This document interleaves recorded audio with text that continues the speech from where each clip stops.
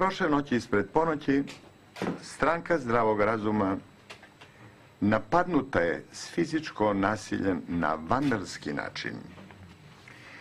Najprije si jedan kamen, sklonite to tamo, ovakav kamen je razbiven prozor na moj kabinet. Panjkoviću, molim lepo za kamen. Pa ispred vas je. To je kamen, je? Pa nema veći. Jeste se dogovorili da bude veliki kamen, ne? A to je najveći. Čuti, Panjković. Evo ja pokazujem samo delić od toga kamena. Šta se događa sada?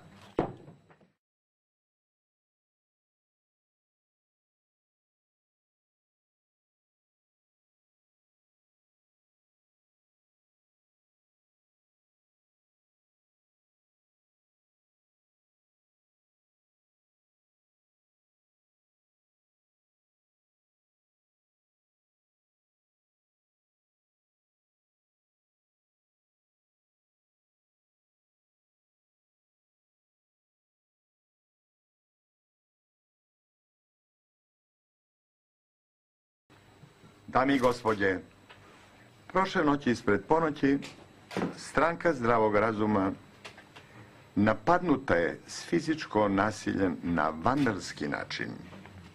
Šta se događa? Iz mraka neko izleće i počinje da me davi. Davi me za gušu i davi.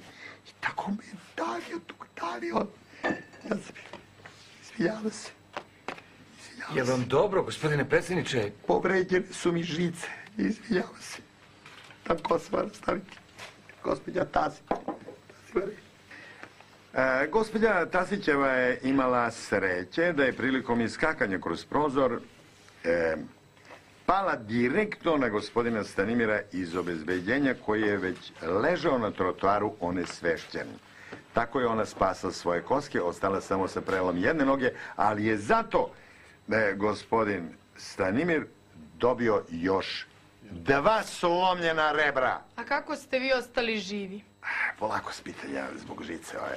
Izvinjavam se, izvolite. Kamen vas je promašio. Jeste?